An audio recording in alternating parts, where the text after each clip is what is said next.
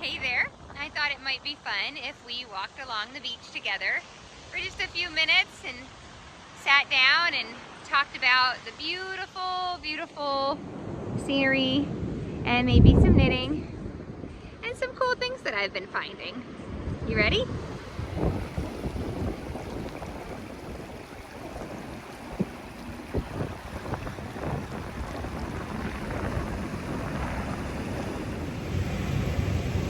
Aloha. We are visiting, you and I, today on the beach here in Kodiak, Alaska. I'm Mel. You'll find me on Instagram as msknits. Also, the YouTube channel that I have is called Encourage Better, and my website is also called Encourage Better. We are tucking in here. There's a lovely waterfall, a little dripping waterfall behind me. The ocean with these stellar sea lions that hopefully will make another appearance over here. And then an even larger waterfall behind you and off around the corner. So I tucked into a place that hopefully you'll be able to hear me okay. But more importantly, that it's going to be a place that as we sit and chat about knitting for just a few minutes, it'll be a place that you can enjoy sitting and just relaxing. I love knitting. I love taking my knitting outside with me wherever I go, whether it's a flat romp on the beach or a hike up into the mountains. It brings me great joy to sit quietly in the woods in the middle of a hike and just knit, and equally balancing with rocks above me in the craggy areas where I can just sit and enjoy nature. I know not all of us can get out and be in nature, and so I hope that today as we sit and chat, you can enjoy this moment in nature vicariously through the magic of technology. I'd like to share with you a design or a sweater that I've got on my needles. It is full of dog hair because I've been playing with Sasha and keeping her company as we walk along the beach. It's going to be a sweater that is bottom up, super simple for you to do.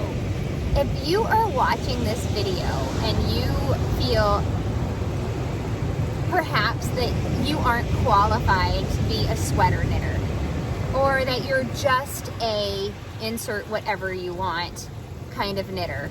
I am just a sock knitter, or just a scarf knitter, or shawl knitter.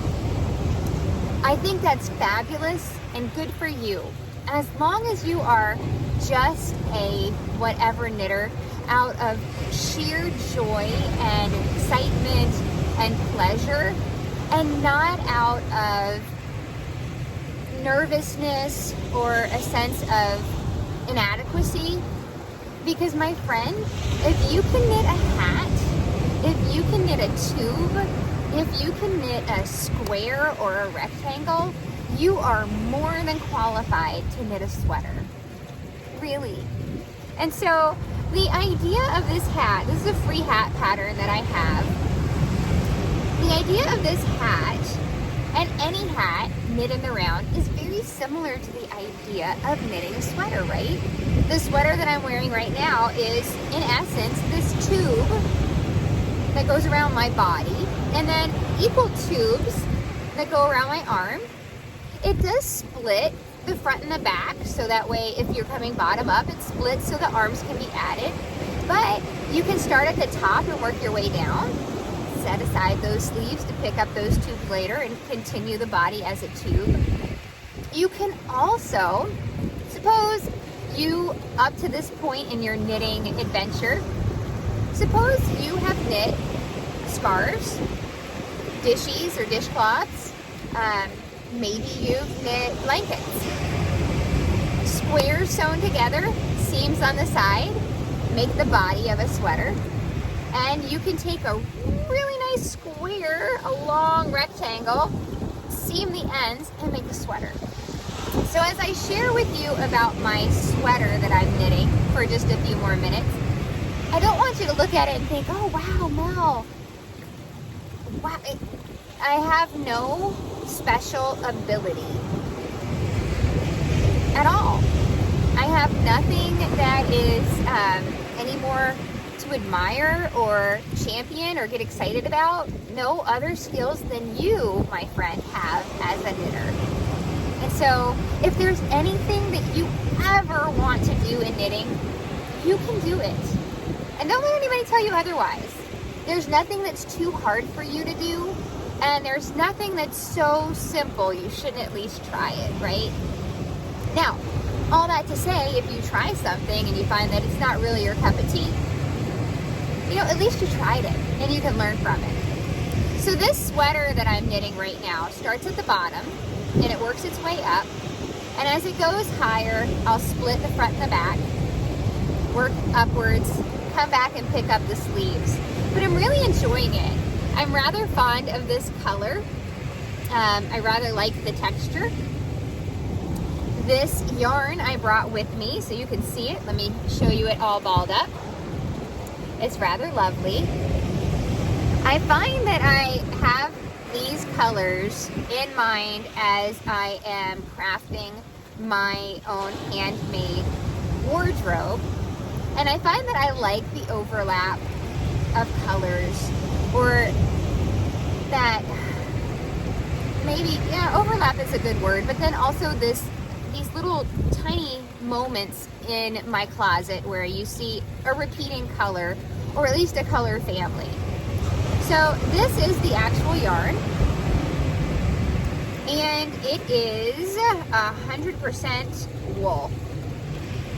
It is just clean, rustic wool, and it's got this really pretty color to it that kind of pops with yellows, and there's even a little tinge of green in it, and it's just great fun. I found as I was walking, and I made it all the way up here, you don't realize that you're kind of nestled into this ledge with my tripod, and you're balancing over the peak of the rock. Some of the tripod's on one side, some of it's on the other. I made it clear down the length of this beach with a dog trying to get my attention and a husband who was being funny and trying to trip me. We were playing. I was trying to trip him too. But I made it all the way until I got right here. I set the crab down, and as I sat myself down, I smushed it. But I just wanted to show you this. And the speckles and the lovely colors in this crab shell. It really is. Let me see if I can touch it to zoom in on the color. It really just has these bright yellows, and then this darker, almost green and gray.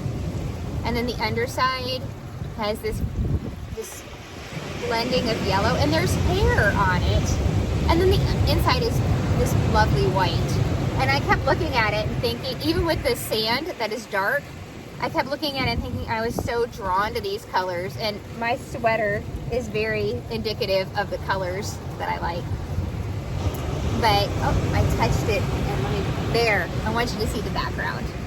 Anyways, I just thought it was fun to see the colors in nature that I have kind of this affinity for, and the colors that I'm using right now.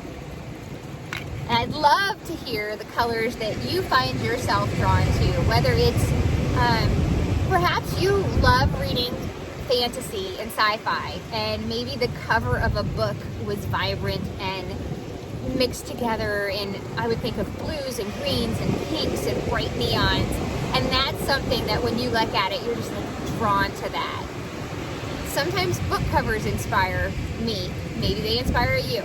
Nature truly does inspire me all the time. The colors of nature I'm drawn to. I'd love to hear what it is that makes you excited when you see it, that makes you want to replicate things in those colors in your knitting. Anyways, I don't want to keep you much longer because real life is so fun to get out and live. I don't want to keep you here on whatever platform you're visiting with me on. But I do want you to know that I'm so grateful for this time, this 10 minutes or so that we've had together. Thanks for keeping me company. Thank you for, if you've been watching and interacting with me for a while, thank you for when you give comments and you share ideas and tips. It's super helpful to me and I do appreciate it. And if this is your first time for us connecting, welcome. I hope that our paths continue to cross. You can find me, like I said, on my website, which is www.encouragebetter.com. I'll link it in the show notes. You can find free patterns there and hopefully encouragement. Also, my YouTube channel is Encourage Better. And you'll find me on Instagram as mski, S-K-I, knits. Introduce yourself in the comments below and let me know where you're watching. And share with me things that inspire you. You inspire me. I'm so thankful that you and I share a place on this beautiful planet together. And I look forward to days ahead getting to spend more time with you. So until then, aloha for now, and take care and enjoy your amazing knitting. You're fabulous. And what you make with your two hands and your needles is equally fabulous. So share yourself with everyone.